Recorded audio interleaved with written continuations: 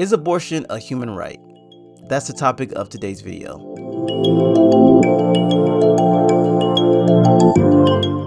As I've been watching videos online and observing the discourse surrounding this election season, one of the major issues has been abortion.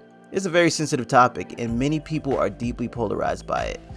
What really catches my attention, however, is when people claim that abortion is a human right. This becomes especially intriguing when individuals who are not of faith or who are atheists make such claims.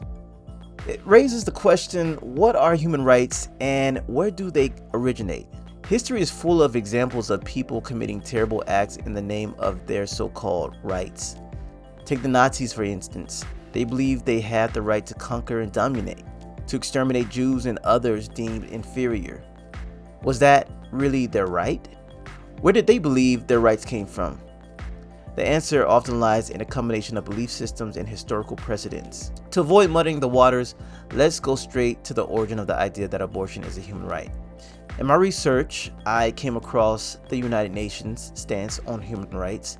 The UN claims that human rights are inherent simply because you exist, because you are a human. However, their argument quickly becomes contradictory because later in the same document they state that these rights can be taken away if you are deemed a criminal by a court of law. How can something be described as inalienable yet still revocable? In contrast, consider the foundation of human rights in America.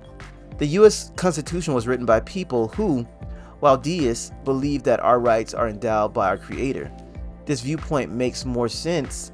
It doesn't rely on the mere fact of existence, which can easily be nullified by others deciding they no longer want you to exist. If rights are based on existence alone, what happens when someone decides to end your existence? Where do your rights go then? The founders of the United States had a background influenced by preachers and biblical principles, particularly the belief that humans are made in the image of God, as stated in Genesis. This is the foundation that gives human beings their inherent value and worth.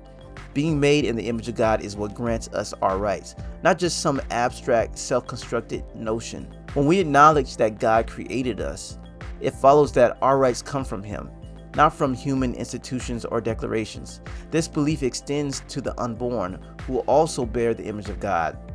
Scripture tells us that God formed us in the womb, knitting us together with value and purpose. So, bringing it all together, human rights cannot truly exist unless they come from a higher authority, one that is beyond human constructs. Without God, it becomes difficult to argue that anyone has inherent rights. Historically, people have adopted false gods and ideologies, like the Nazis, which led them to claim false rights. Their ideology was built on a lie of human superiority, which ultimately failed to uphold true dignity. In the Christian worldview, it is God who gives us our rights, and only God can take them away. Not a court, not a nation. This is why we as Christians adhere to the Bible to guide us in understanding what is right and wrong.